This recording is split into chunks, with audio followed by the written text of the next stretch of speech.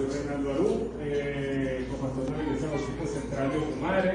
Esta predicación que usted está escuchando hoy también la va a poder escuchar en Facebook, así que también saludamos a aquellos que nos están escuchando a través de internet. Son bienvenidos, las puertas están abiertas y Cristo también les busca a ustedes. Y ustedes también necesitan a Cristo, al igual que nosotros.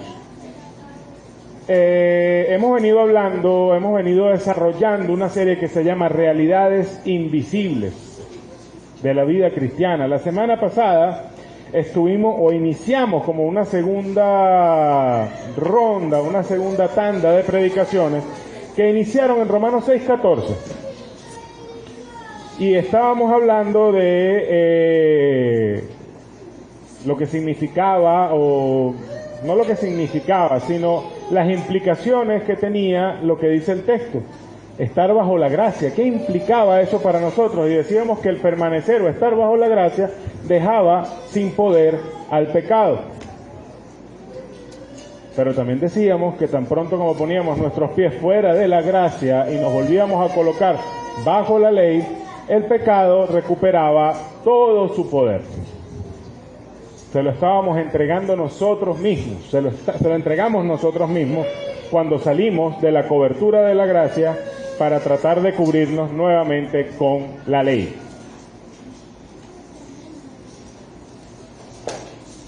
La semana pasada yo compartí una anécdota quizá un poco larga acerca de la vida de Gracie y mía, como esposos, cómo fue que llegamos hasta aquí, cómo fue que todo eso sucedió, ¿no? Hoy yo quiero tomar un pequeño aspecto de todo lo que hablamos ese día y hablar de lo que fue mi primer punto crítico. También lo hablamos aquel día, pero quiero retomarlo. Mi primer punto de quiebre en la fe cristiana, cuando empecé a dudar, la primera vez que empecé a dudar.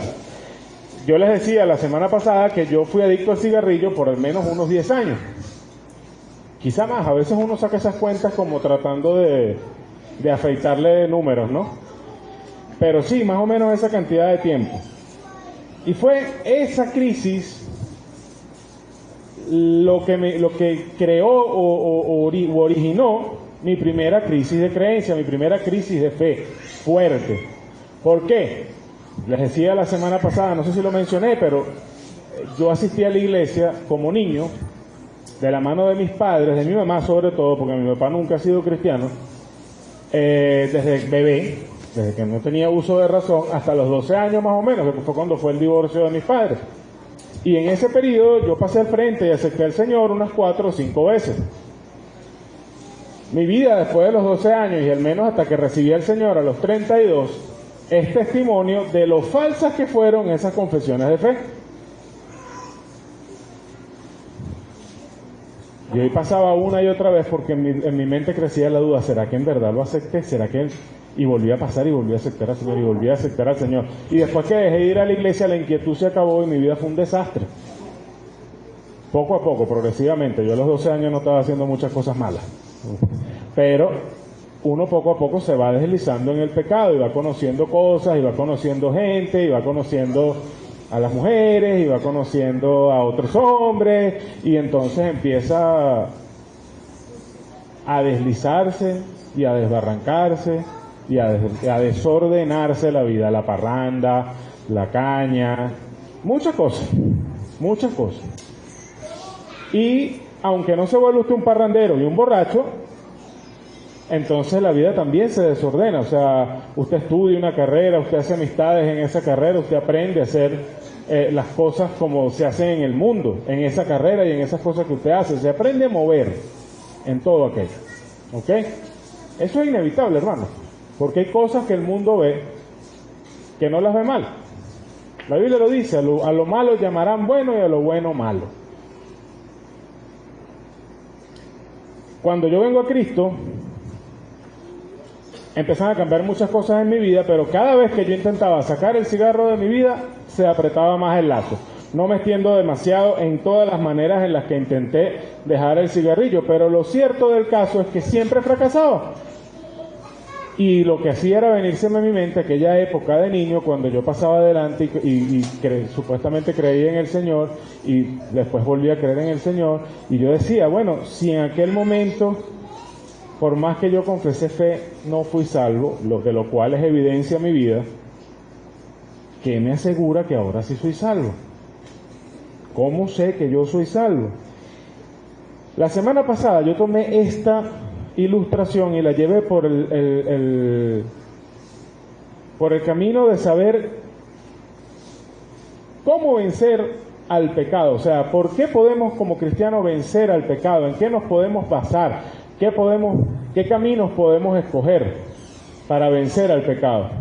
Y yo les decía que cuando me di cuenta de que lo único que necesitaba era tomar una decisión y confiar en Cristo, ya no para salvación de mi vida, porque ya era salvo, sino para entregarle mi vida para que Él la limpiara. En el momento en que entendí eso, todo empezó a marchar. Hoy por hoy, que yo no soy fumador, lo dije la semana pasada, por la gloria de Cristo, por la gracia de Cristo. Pero hoy les quiero contar por qué me preocupaba tanto. ¿Por qué te preocupaba tanto no dejar de fumar? ¿Por qué te preocupaba tanto no poder hacerlo?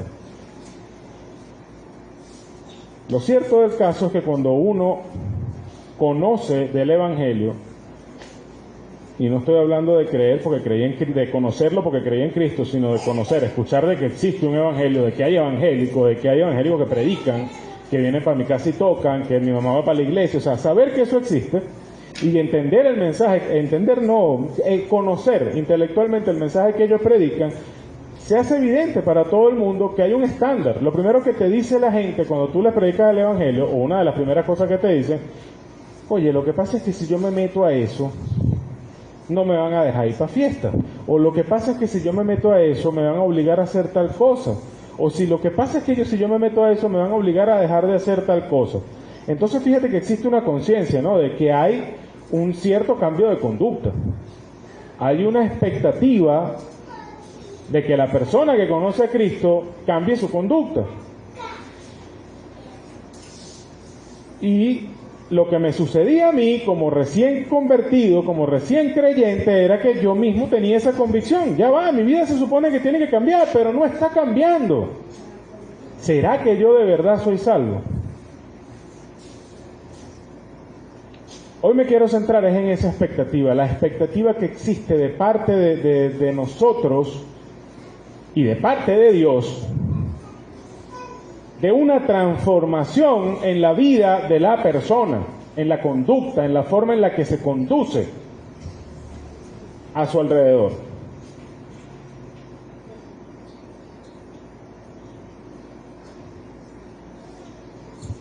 ¿Cuál es ese patrón? ¿Por qué debemos apegarnos a ese patrón o a algún patrón para como resultado de nuestra salvación? ¿Por qué es eso? ¿Qué sucede aquí? ¿Por qué? ¿Cómo tenemos que hacerlo además?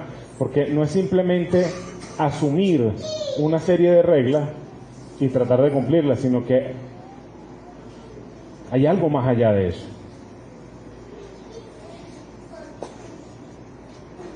El ministerio de Pablo estuvo marcado por una lucha sin cuartel ante una cosa que hoy la gente que conoce la Biblia y la estudia llaman legalismo. ¿Qué es el legalismo? Tratar de vivir por las obras, tratar de vivir la vida espiritual por las obras. ¿Ok? Vamos a entrar en detalle con todas estas cosas, ¿no? El legalismo es destructivo.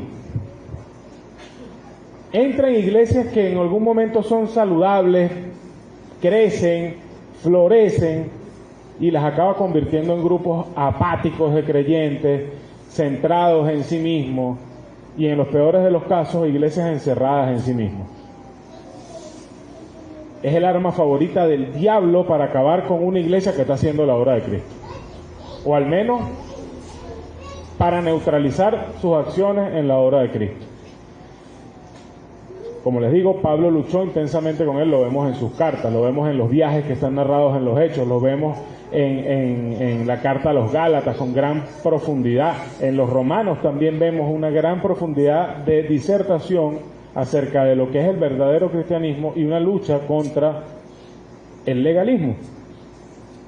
Pero resumiendo esto, para no ponernos muy profundos en definiciones, el legalismo no es otra cosa que una imitación de una verdadera relación con Cristo. Vamos a ponerlo en términos modernos. El legalismo es el billete falso. Ustedes se han encontrado hoy con billetes que de repente los trata de entregar, sobre todo ahorita que ahora están trabajando en todos lados con dólares, y entonces tienen una lamparita que se la cuelgan en el pescuezo y la pasan por el billetico y la cosa brilla de una manera y te dicen si el billete está malo o está bueno.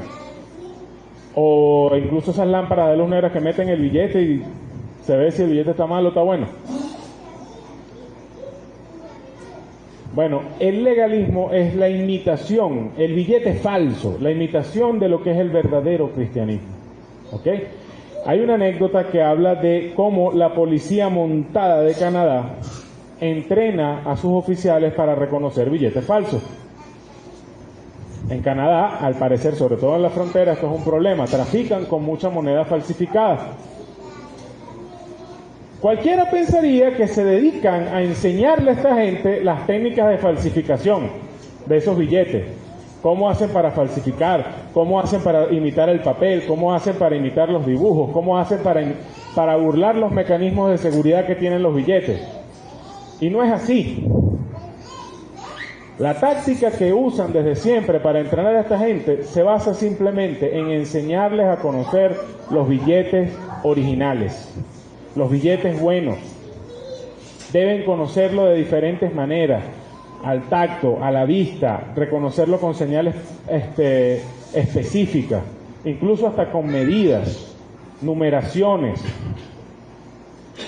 características de la impresión, o sea, un montón de cosas. Se dedican a estudiar de tal forma el billete falso, el billete verdadero, perdón, que cuando les cae un billete falso en las manos, la falsedad del billete salta a la vista, lo reconocen de inmediato.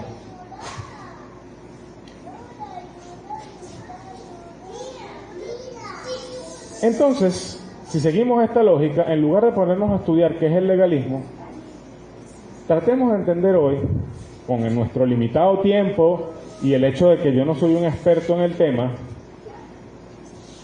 tratemos de entender hoy de qué se trata el verdadero cristianismo. Este es un mensaje que va a estar dividido en dos partes. La primera la tenemos hoy, la segunda, si Dios quiere, la semana que viene. Hay una definición del hermano Ray Stedman en un artículo justamente que habla sobre el legalismo, cómo reconocerlo y todo aquello. Este hermano dice algo que es verdad, es muy cierto. El legalismo es algo que es fácil reconocer en otros y muy difícil de ver en nosotros. Para mí es muy fácil decir, el hermano Pepito de los Palotes, ese hombre vive por las obras de la carne, está tratando de poner sobre los demás un yugo que ni siquiera él mismo puede llevar. Ese es un legalista. Pero no vemos en nuestra vida cuando nos estamos convirtiendo también en legalistas, cuando nos estamos convirtiendo también en carnales. No lo vemos, es difícil. La definición de este hermano de lo que significa ser cristiano dice lo siguiente: es manifestar un comportamiento genuinamente semejante al de Cristo, en dependencia de la obra interna del Espíritu Santo y motivado por el amor, por la gloria y la honra de Dios. Repasémoslos nuevamente. Manifestar un comportamiento genuinamente semejante a la obra, al comportamiento de Cristo, en dependencia del Espíritu Santo, de la obra interna del Espíritu Santo, y motivado por el amor, por el nombre y la gloria de Dios. Lo primero que tengo que decir es que esta definición no es perfecta. Hay muchas cosas que no están incluidas aquí. Aquí no está hablando de relación con Dios, aquí no está hablando de muchas cosas que tiene el ser cristiano. Pero tiene tres elementos esenciales que me interesa trabajar hoy con ustedes, al menos dos de ellos. El primer elemento, la manifestación de una conducta genuinamente semejante a la conducta de Cristo. El segundo, para poder manifestar esa conducta, el cristiano depende de la obra del Espíritu Santo en su interior. Hay dependencia de un poder adecuado para poder producir esa conducta. Y en tercer lugar, el propósito es siempre la gloria y la honra de Dios. Si falta una de estas tres cosas, nuestro cristianismo es legalismo, de una o de otra forma. Deben estar esas tres cosas en nuestro diario vivir cristiano.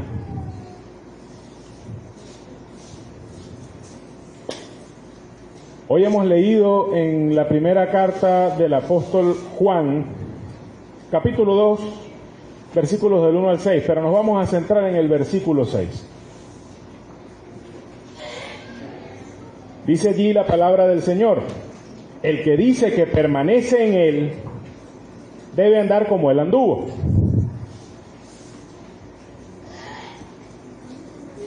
La primera carta del apóstol Juan es una carta pastoral, eminentemente pastoral. Se fijarán que no está dirigida en específico a ningún grupo de creyentes.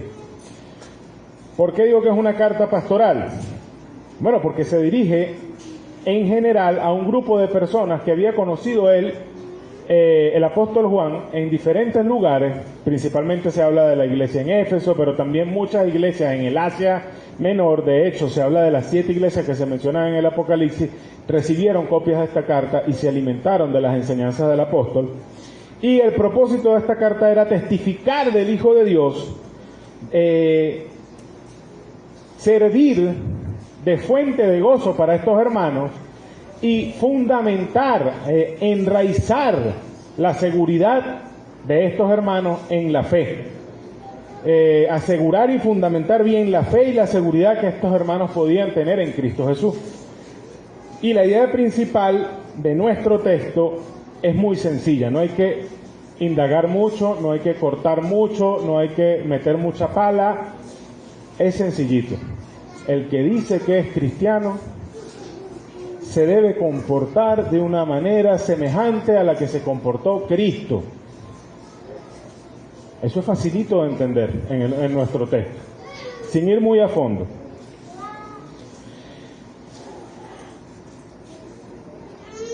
Quiero llamar la atención a la palabra debe. Dice, debe andar como él anduvo. Habla literalmente de una deuda, o monetaria o de bienes, una obligación que tiene una persona con otra, pero figurativamente también se usa de deberes, obligaciones o necesidades morales, morales o de algún otro tipo, no necesariamente monetarias o tangibles, sino que tienes una obligación, tienes un deber de algún tipo, ¿sí? En la Biblia normalmente se habla de obligaciones de este tipo, morales, quizá legales o civiles, no sé, sociales, ese tipo de cosas. Y la palabra andar, que aparece aquí 2 veces, dice, debe andar como él anduvo, son la misma palabra, es el mismo verbo. Habla de conducta, del orden práctico de nuestra vida, las cosas que hacemos diariamente, cómo nos comportamos, cómo nos relacionamos con la gente, cómo nos relacionamos con Dios, cómo vivimos nuestra vida diariamente. Entonces nos está hablando aquí del deber, de la necesidad que tenemos como hijos de Dios y como cristianos de ajustar nuestra conducta a un patrón, a un estándar. Dice, debe andar. Y luego dice, como él anduvo. La pregunta normalmente es, ¿cuál es ese estándar? Bueno, ahí está la respuesta. Como él anduvo. Ahí está hablando de Cristo. Está hablando de Jesucristo. El patrón, el estándar, es la conducta de Cristo. Y fíjense que cuando se refiere a Cristo, dice, como él anduvo. No dice andar como él anda, sino como él anduvo. Una referencia directa a lo que fue la vida de nuestro Señor Jesús mientras estuvo aquí en la tierra como un hombre. La forma en la que él vivió mientras estuvo aquí en la tierra. La conducta que él llevó, que él observó mientras estuvo aquí.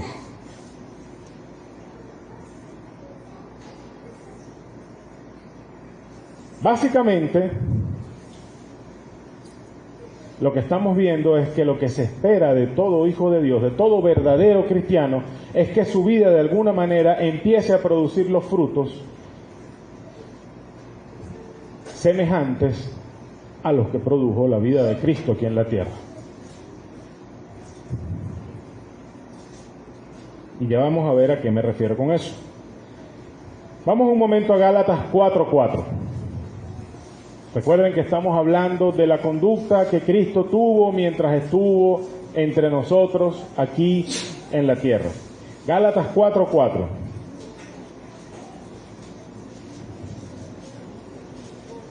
Dice la palabra del Señor allí: pero cuando vino el cumplimiento del tiempo, Dios envió a su Hijo, nacido de mujer y nacido bajo la ley.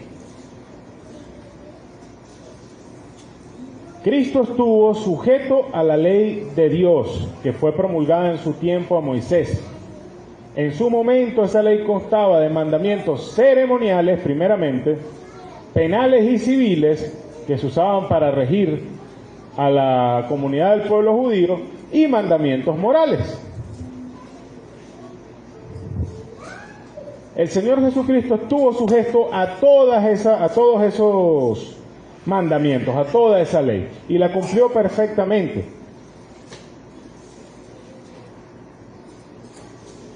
Quizá usted se esté preguntando ahorita, bueno, pero no entiendo por dónde nos está llevando este hermano.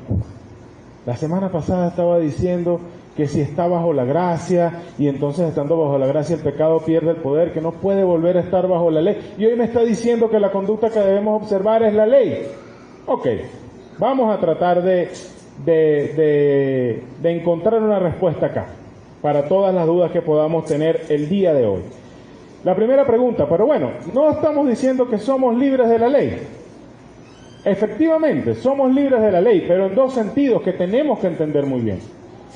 Primeramente, somos libres de la maldición de la ley. ¿Qué significa eso?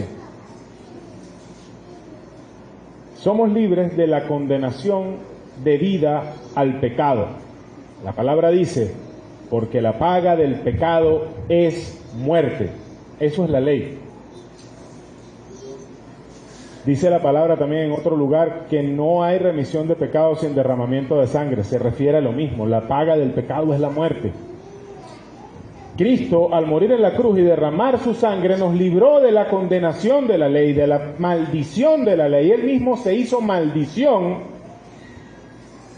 para librarnos a nosotros de esa maldición. Y en segundo lugar, somos libres de la incapacidad de la ley para dar vida. La ley no puede dar vida a ninguna criatura. La ley no puede dar vida eterna a nadie.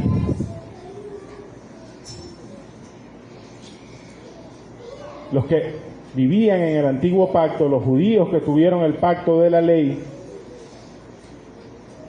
podían esforzarse cuanto quisieran, pero nunca podrían ser realmente salvos por la obediencia a la ley, porque la ley refleja y muestra nuestro pecado. Santiago dice, puede que obedezcas toda la ley, pero si la transgredes en un punto, si la rompes en un punto, te haces ofensor en todos los puntos. Y la segunda cosa es que según la ley, esa transgresión ya te marcó como muerto. Porque no hay nada que puedas hacer después de eso que pueda cambiar la transgresión, que pueda cambiar la ofensa. En estos dos sentidos, nosotros somos libres de la ley. No tenemos la condenación de la ley, fue pagada por Cristo, y no dependemos de la ley para tener vida eterna. Sin embargo, siempre ha existido y siempre existirá una ley y un código de conducta. Porque hay algo que sí nos muestra la ley. La ley nos muestra el carácter de Dios, el carácter de Cristo y la justicia perfecta de Jesucristo. La ley nos marca un camino que naturalmente no podemos seguir, pero que es el camino ideal para la humanidad. Y ciertamente Cristo murió en la cruz y acabó o cumplió todas las las profecías que había en las ceremonias del Antiguo Testamento, los sacrificios, los rituales, todo eso fue cumplido. Y nosotros no estamos atados a eso, a ceremonias, ni a ritos, ni a sacrificios.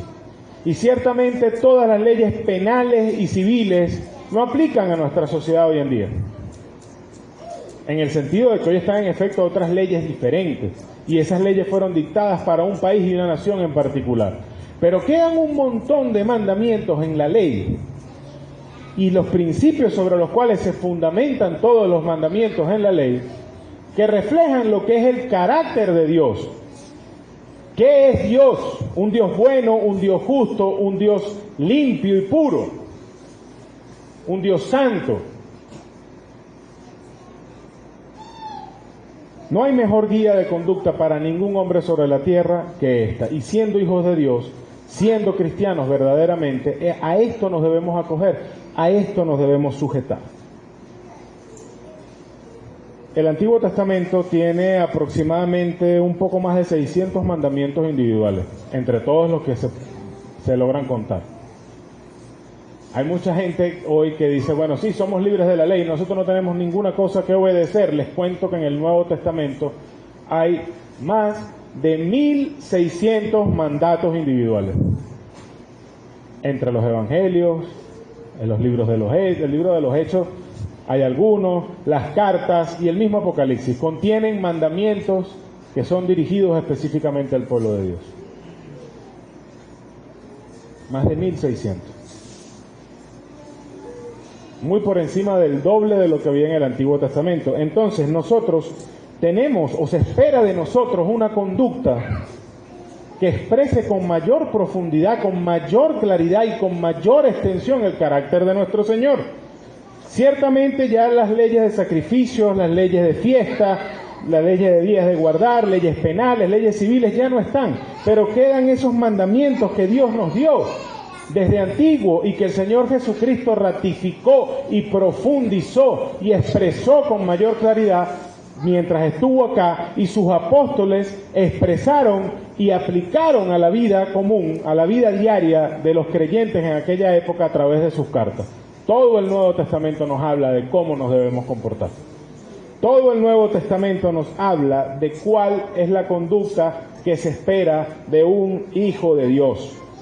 Cristo lo resumió magistralmente en Mateo 22, del 37 al 40.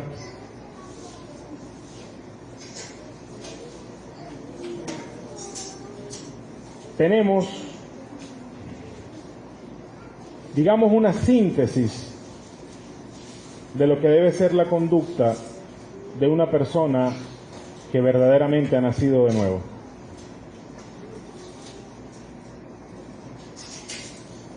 Mateo 22, versículos del 37 al 40. En este pasaje, los fariseos y los escribas les están preguntando a Jesús, ¿cuál es el principal mandamiento, el más grande mandamiento de la ley? Y el Señor le responde. En el versículo 37, el Señor les responde, amarás al Señor tu Dios con todo tu corazón y con toda tu alma y con toda tu mente. Este es el primero y grande mandamiento. Y el segundo es semejante, amarás a tu prójimo como a ti mismo. Y fíjense lo que dice en el versículo 40. De estos dos mandamientos depende toda la ley y los profetas. Estos dos mandamientos son los hilos que cruzan todos los mandamientos en la Escritura. Son los hilos que sostienen la conducta que debemos observar como cristianos. Si nuestra conducta no expresa o no habla de nuestro amor a Dios, si nuestra conducta no busca expresar ese amor de manera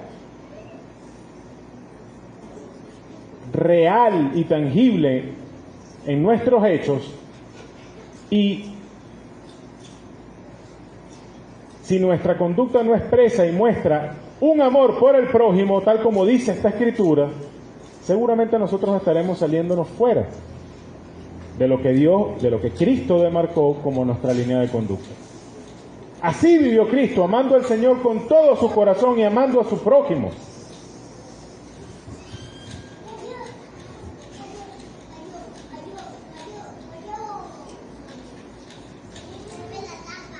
Y ese es el estándar que nosotros debemos escoger. ¿Quieren detalles acerca de todo lo que les estoy diciendo? ¿Mandamientos acerca de todo lo que les estoy diciendo? Lean los evangelios, vean las cosas que hizo Cristo, vean lo que enseñó Él. ¿Lo quieren más específico? Vayan a todas las cartas en el Nuevo Testamento. Todas tienen secciones donde hay mandamientos claros y específicos para cada uno de nosotros. Efesios del 4 al 6 es un ejemplo. En Romanos, en el capítulo 12, encontramos otro ejemplo. Y así, busquen todas las cartas de Pablo, o de Juan, o de Pedro, en la carta a los Hebreos, y usted encontrará mandamientos, enseñanzas, órdenes clave para la vida de un cristiano. No estamos hablando de que por cumplir y obedecer estas leyes usted se va a convertir en un cristiano. Estamos diciendo que si usted verdaderamente ha sido transformado por Cristo,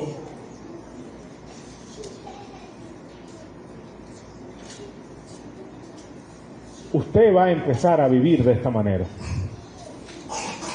A la medida que vaya conociendo la palabra del Señor, el Espíritu Santo irá aplicando esa palabra en su vida y su camino se irá enderezando. Usted tomará una decisión por las cosas que encuentra en su palabra. Quizá usted encuentre algo que se refiera a la mentira y usted se dará cuenta que de alguna u otra manera usted está mintiendo. Quizá está mintiendo en cuanto a su declaración de impuestos. Quizá está mintiendo, no sé, en cualquier otra cosa.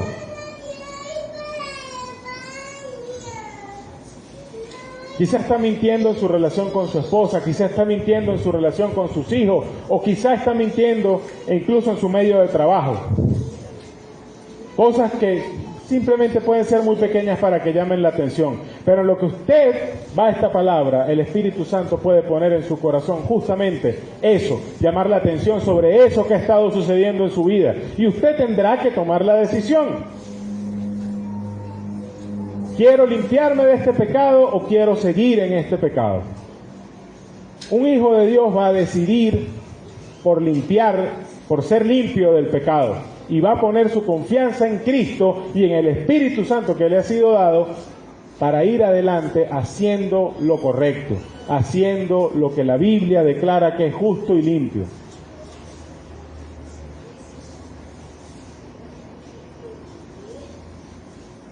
Este es el estándar que tenemos que seguir.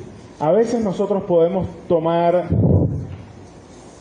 o hay personas que toman algunas cosas adicionales a lo que la Biblia enseña. Por ejemplo, se conoce de muchos grupos espirituales o iglesias que mantienen algunas de las leyes ceremoniales del Antiguo Testamento. Por ejemplo, hay iglesias que adoran en sábado y no en domingo. Hay iglesias que no comen carne los viernes, los creyentes. Hablo incluso de iglesias de la tradición evangélica. Y otro tipo de cosas como esta, o sea, guardan ciertas fiestas, ayunan. Hay cosas que hacen que no son mandatos en la Escritura. Otros de nosotros podemos asumir algunas disciplinas espirituales, como las vigilias, como el mismo ayuno, ese tipo de cosas. Otros quizá podamos poner límites que nos protegen de nuestras propias debilidades. Sabemos que no podemos traspasar esos límites si no queremos enfrentarnos con problemas con el pecado. Si yo tengo problemas con la bebida, yo no voy a ir a un sitio donde estén sirviendo alcohol. Así sea una reunión muy familiar, donde tengamos una reunión de familia que a lo mejor, bueno, mira, no son unos borrachos, simplemente se beben una cervecita y estoy visitando y es el cumpleaños de un primo. Si yo tengo problemas con la bebida, o tuve problemas con la bebida, antes de venir a Cristo, yo sé que eso es una tentación, yo sé que eso es yo no voy a estar allí.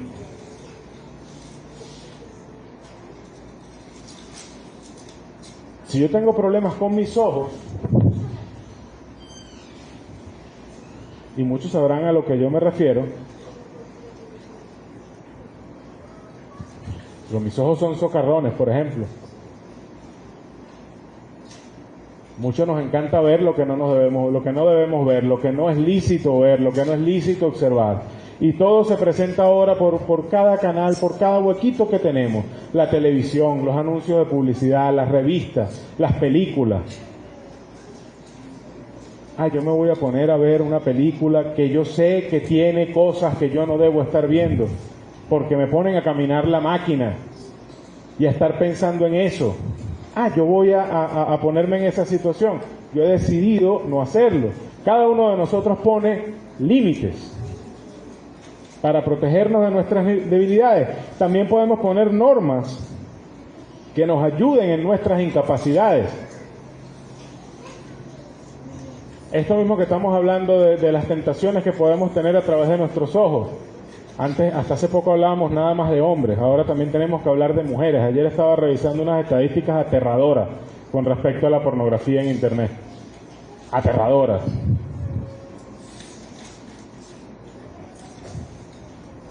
¿Qué normas podemos poner? Bueno, mira, yo no voy a ver, yo tengo primero que enterarme qué es lo que hay en esa película que vamos a ver. Yo tengo que saber, y lo podemos saber, ahorita las películas tienen una clasificación y una norma sencilla. Mira, si mi hijo no lo puede ver, yo tampoco debería.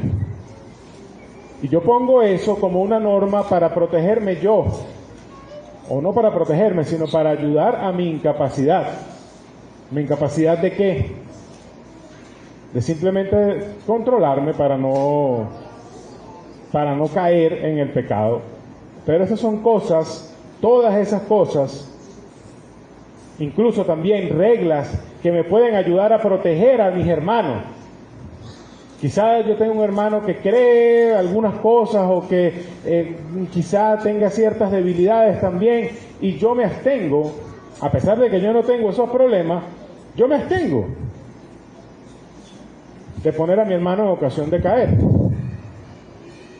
Eso lo explica Pablo en una de las cartas a los Corintios, cuando habla de los que comen carne sacrificada a los ídolos. En aquel tiempo toda la carne era sacrificada a los ídolos, la que se vendía en la carnicería venía de los altares de los templos. Entonces, eso que estaba allí, el Pablo decía, un ídolo nada es en el mundo.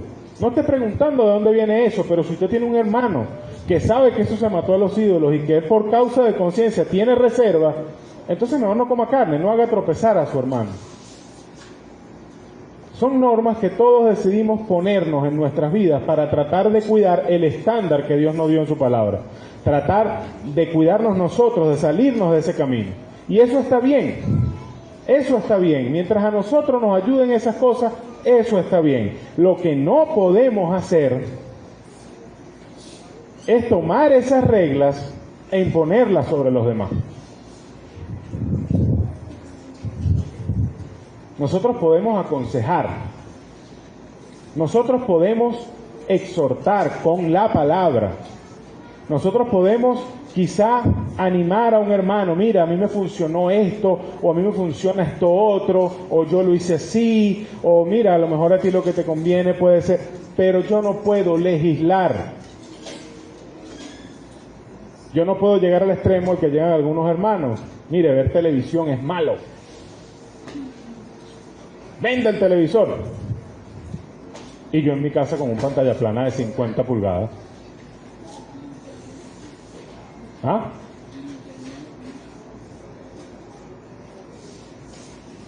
¿Sí me entiende lo que digo? O sea, hay cosas, lo que está en la palabra es de obligatoria obediencia, de obligatorio cumplimiento, pero las cosas que yo pongo en mi vida para cuidarme, yo las puedo aconsejar, yo les puedo recomendar, pero yo no puedo imponer sobre ustedes como que si fueran leyes que los hacen pecadores si no los cumplen. Porque no están en la palabra.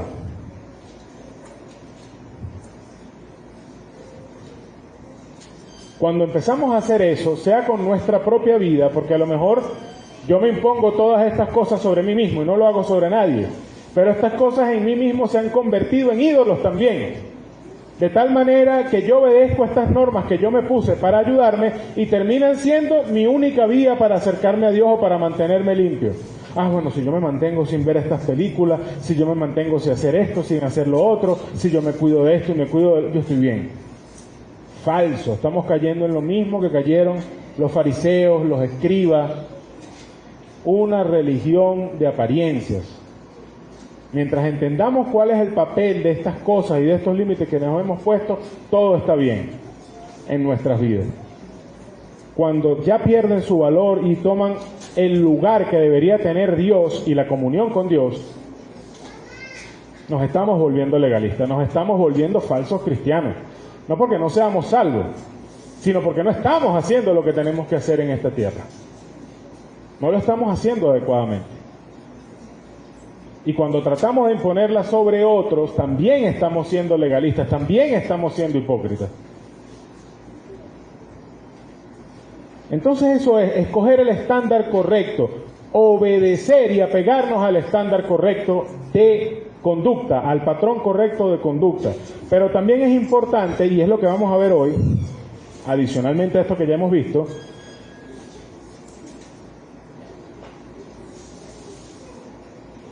¿por qué poder o con qué poder o de qué poder yo me valgo para poder ajustarme a esa norma de conducta? Para poder hacer todas esas cosas que acabamos de hablar, que acabamos de decir. Hoy en la mañana justamente hablábamos de Apolo. Y hablábamos de muchas cosas buenas que dice la palabra acerca de Apolo, un hombre elocuente que predicaba, que viajaba, que exponía la escritura, pero nos damos cuenta por el texto que le faltaba lo principal, no tenía a Cristo. Todo aquello lo estaba haciendo por sus talentos, por las cosas que había obtenido de naturaleza, su educación, su formación, y ciertamente era un hombre que estaba muy cercano a la palabra de Dios. Un hombre que conocía el Antiguo Testamento y que conocía muchas cosas y que seguramente lo estaba haciendo con todo su corazón, pero no estaba dependiendo ni de Cristo ni del Espíritu Santo. Nuestro texto nos da una pista al respecto. Dice, el que dice que permanece en Él, debe andar como Él anduvo. Fíjate que entonces se establece una relación entre el permanecer en Cristo y en andar como anduvo Cristo.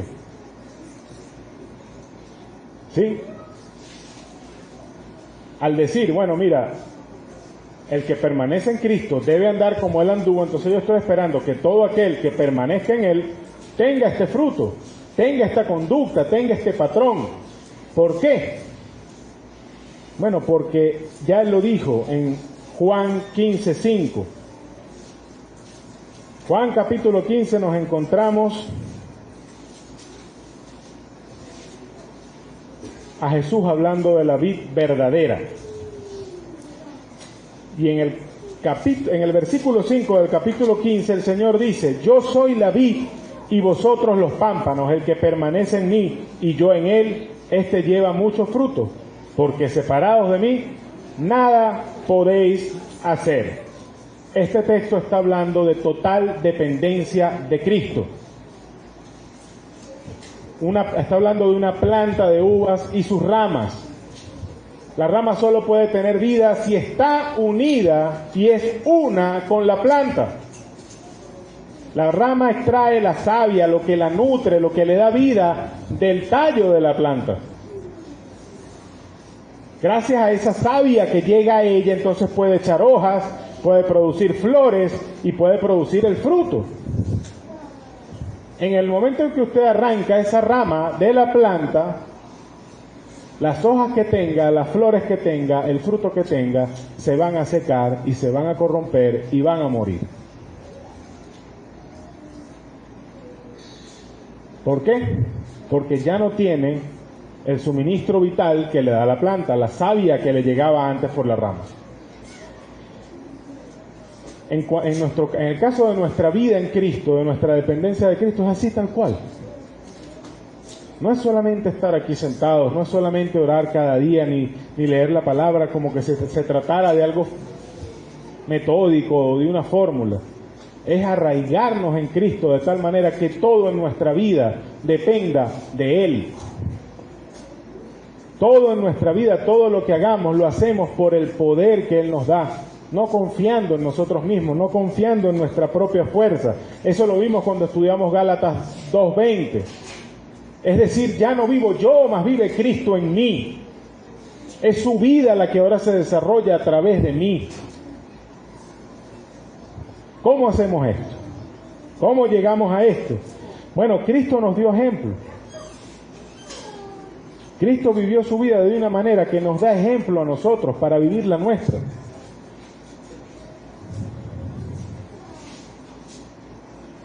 Filipenses capítulo 2.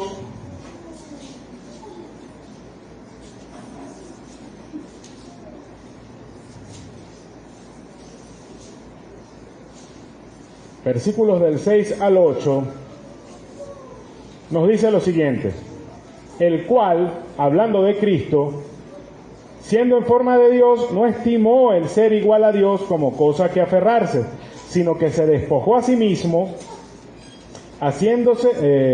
hecho semejante, el versículo 7 dice, sino que se despojó a sí mismo, tomando forma de siervo, hecho semejante a los hombres, y estando en la condición de hombre, se humilló a sí mismo, haciéndose obediente hasta la muerte y muerte de cruz. ¿Qué nos está diciendo aquí? Que Cristo mismo, siendo Dios, se despojó de toda su prerrogativa divina y se hizo hombre, se hizo como nosotros.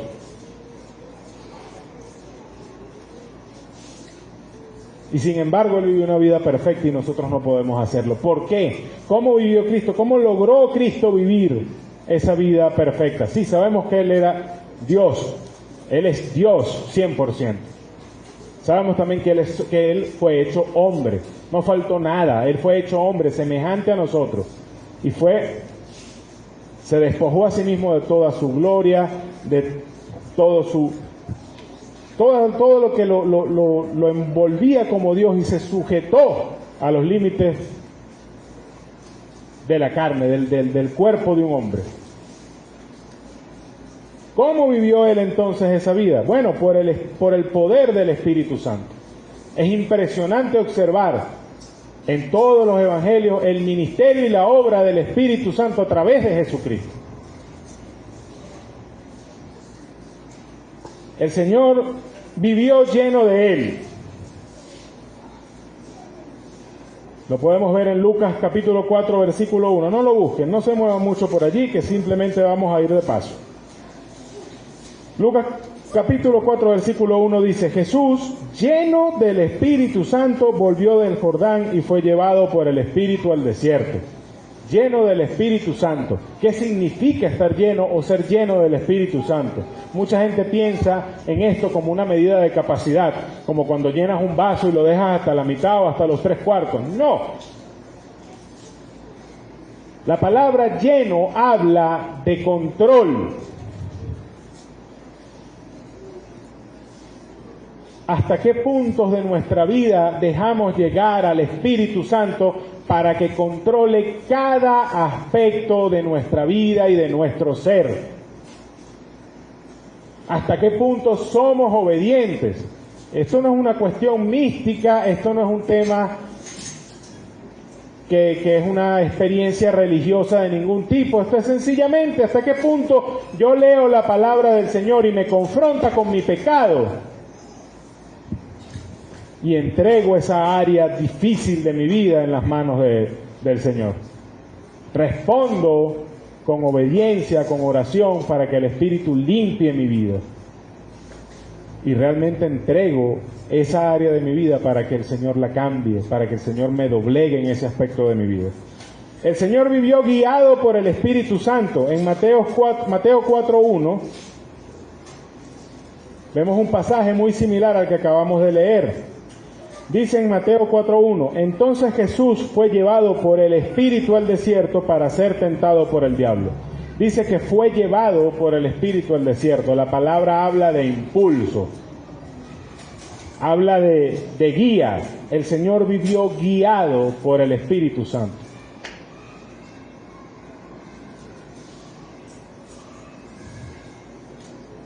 Y el Señor vivió en total dependencia del Espíritu Santo también. ¿Cómo? Bueno, lo hayamos expresado de una de las tantas maneras en el Evangelio de Juan, capítulo 5. Cuando decimos que Él vivió en total dependencia del Espíritu Santo, en este texto lo vamos a ver expresado de una manera particular, en la oración constante al Padre y en la dependencia total de su voluntad. Juan 5:19 dice: de cierto os digo que no puede hacer el Hijo nada por sí mismo, sino lo que ve hacer al Padre, porque todo lo que el Padre hace, también lo hace el Hijo igualmente. Y el versículo 30 dice: no puedo yo hacer nada por mí mismo, según oigo, así juzgo, y mi juicio es justo, porque no busco mi voluntad, sino la voluntad del que me envió, la del Padre.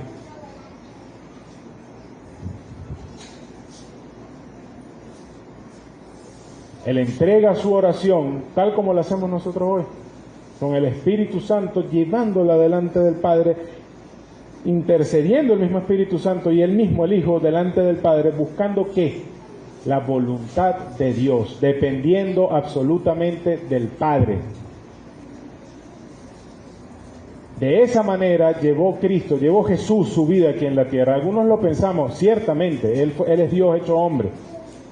Pero algunos pensamos a Dios como a Jesucristo, como, bueno, Él tuvo la ventaja de que era Dios, y en cierta manera es cierto, Él no tuvo pecado, Él no tuvo esa naturaleza pecaminosa en sí mismo, pero Cristo fue tentado como somos tentados nosotros,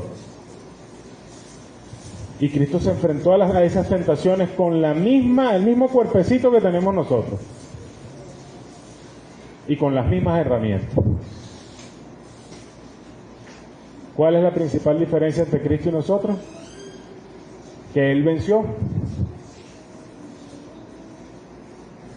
Él fue capaz de llevar una vida perfecta en el Espíritu, de manera que su obediencia, su justicia, el cumplimiento perfecto de todas las cosas en Él fuera así, perfecto, completo, terminado, consumado.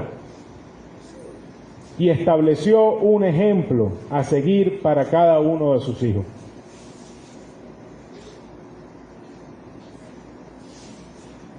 Además de todo esto, como complemento, tenemos la orden clara de imitarlo. Dice Gálatas 5:16, andad en el Espíritu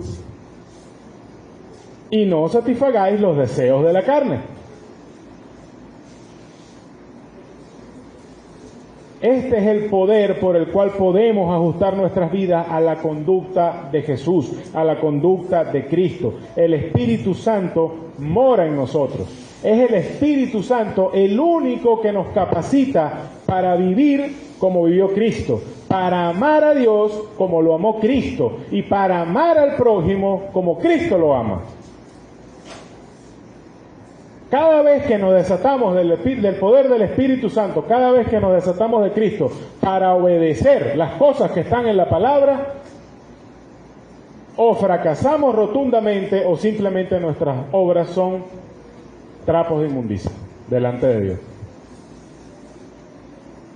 Y esta es una forma muy peligrosa de ser legalista, porque en lo externo lo que estamos haciendo puede verse exactamente igual a lo que está haciendo un hermano que anda en el Espíritu.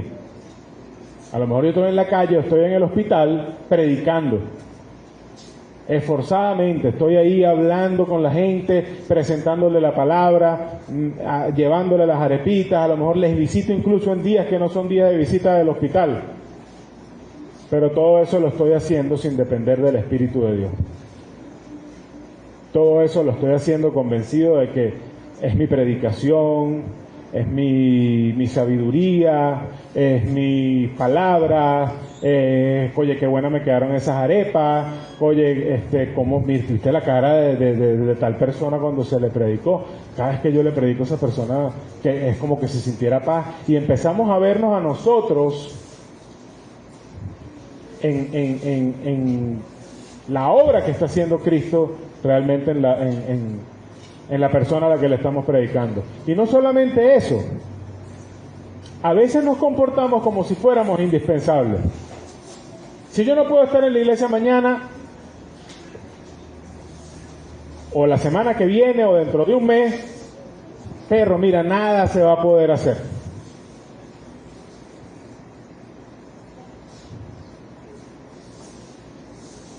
Estamos diciendo simplemente que somos nosotros los que hacemos el trabajo, no es el Espíritu de Dios. Somos nosotros los que hacemos la predicación, o los que hacemos la clase, o los que hacemos el acomodar de la silla, o todas las cosas que se hacen acá en el templo. Y el otro lado también es importante. Cuando entonces pensamos, no vale, yo tengo experiencia en eso de hablar en público. Yo hacía eso en el trabajo. Yo debería predicar.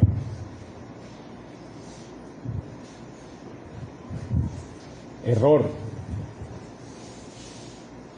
Esto no es como en cualquier lado, que simplemente porque tenemos una habilidad podemos hacerlo. ¿Tienes tú el llamado de Dios a hacer X o Y en la iglesia? ¿Tienes tú, muy importante, el don de Dios para hacer o cumplir ese llamado en la iglesia de Dios? ¿Cómo lo vas a hacer? Dependiendo de lo que sabes o dependiendo de lo que el Espíritu Santo te está dando. Y hay otra forma muy sutil. De repente pensamos no solamente en nuestra capacidad, sino a veces en nuestras incapacidades. No, ¿cómo yo voy a hacer eso? Yo no sé, yo no puedo. Ya va, que el Señor no lo va a hacer, no eres tú el que va a hacer el trabajo, lo va a hacer Dios. Si el Señor te está llamando y te está dotando de un don para que lo emplees, úsalo. Úsalo para el crecimiento de la iglesia, úsalo para la edificación de tus hermanos, úsalo, sirve al Señor. Todas estas son formas muy sutiles de convertirse en legalistas dentro de la congregación, dentro de lo que es el cuerpo de Cristo. Entonces, ¿qué es estar bajo la ley? Hasta ahora hemos visto dos de los elementos de la definición de lo que significa ser cristiano. Decía esta definición que es manifestar un comportamiento genuinamente semejante al de Cristo. Decía también que eso se debía hacer en la dependencia de la obra interna del Espíritu Santo en el corazón de cada creyente. Y decía también que todo esto debía estar motivado por el amor y la gloria de Dios. Entonces, todavía no hemos hablado de este último elemento, va a ser la semana que viene, pero estar bajo la gracia es justamente eso, andar en una conducta, en la conducta adecuada y que se espera de todo cristiano y de todo hijo de Dios, por el poder del Espíritu Santo y con el propósito de glorificar su nombre, con el propósito de glorificar a Dios. Si yo me someto a un estándar que no es el que está en la palabra, o trato de someter a otros a un estándar que no es el que está en la palabra, si estoy convirtiendo ayudas prácticas en dogmas para mí o para otros, me estoy poniendo bajo la ley, me estoy saliendo de debajo de la gracia y le estoy volviendo a dar el poder al pecado en mi vida.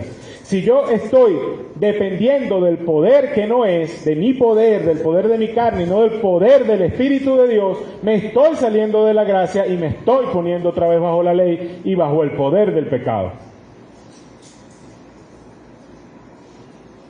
Ser cristiano, convertirse en cristiano, significa un carácter que es moldeado dentro de nosotros, el carácter de Cristo.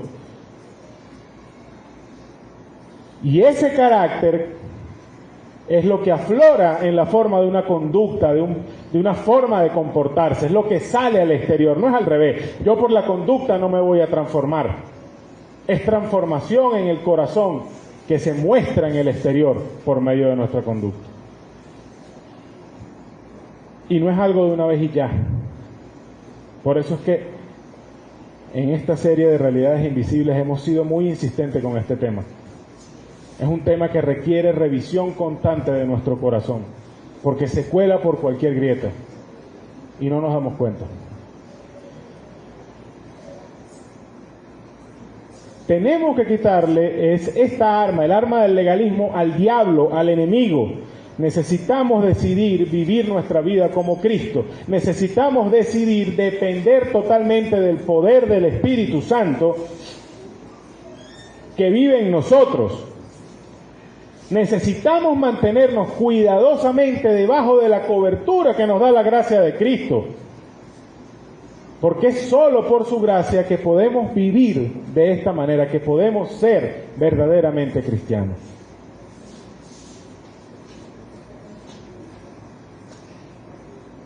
Todos nosotros necesitamos de esto. Revisa tu corazón el día de hoy. Esto no es un mensaje de acusación, esto no es un mensaje de regaño, esto es un mensaje de llamado, de atención para cada una de nuestras vidas. Y que debería predicarse cada cierto tiempo para llamar nuestra atención y revisarnos internamente a lo que estamos haciendo con lo que Dios nos ha dado. ¿Estamos realmente viviendo como cristianos? ¿Estamos realmente dependiendo y viviendo en el Espíritu Santo?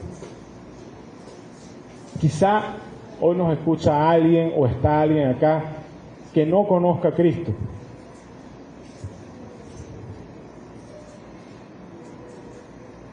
Quizá hay alguien hoy que pueda decir, bueno, pero yo vivo una vida buena, yo obedezco todo lo que está en la Biblia. No soy perfecto, pero bueno, nadie lo es. Quizá haya personas acá que digan esto y que no conocen verdaderamente al Salvador.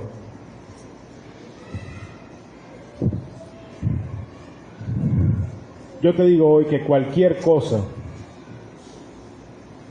en tu vida, por muy buena que sea, por muy de buena apariencia que sea, que no incluya un conocimiento verdadero de Cristo, no es más que una imitación.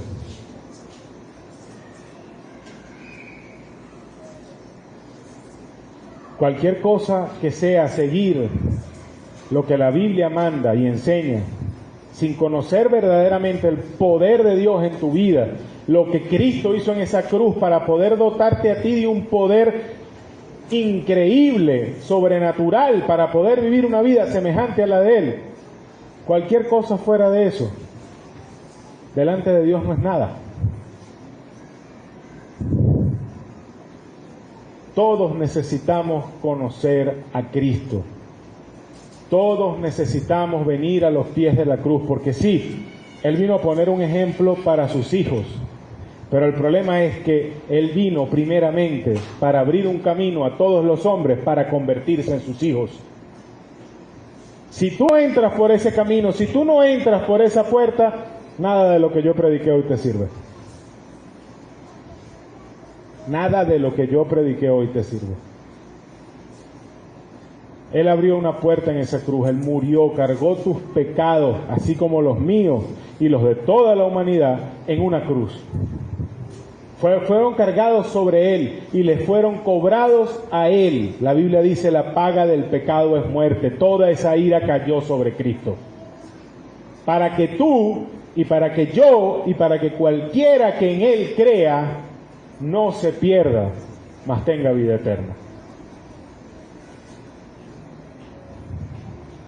¿Quieres verdaderamente tener una vida buena? Cristo abrió la puerta a esta vida.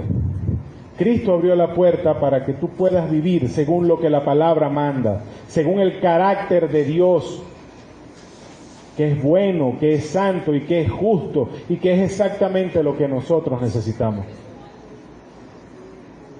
Y quizá tu corazón diga, pero es que yo no puedo hacerlo. Acepta a Cristo y que Él ponga de su espíritu en tu corazón y verás que puede. Tu vida será transformada, tu camino será diferente, tu conducta será la de un hijo de Dios. Por el poder de Dios.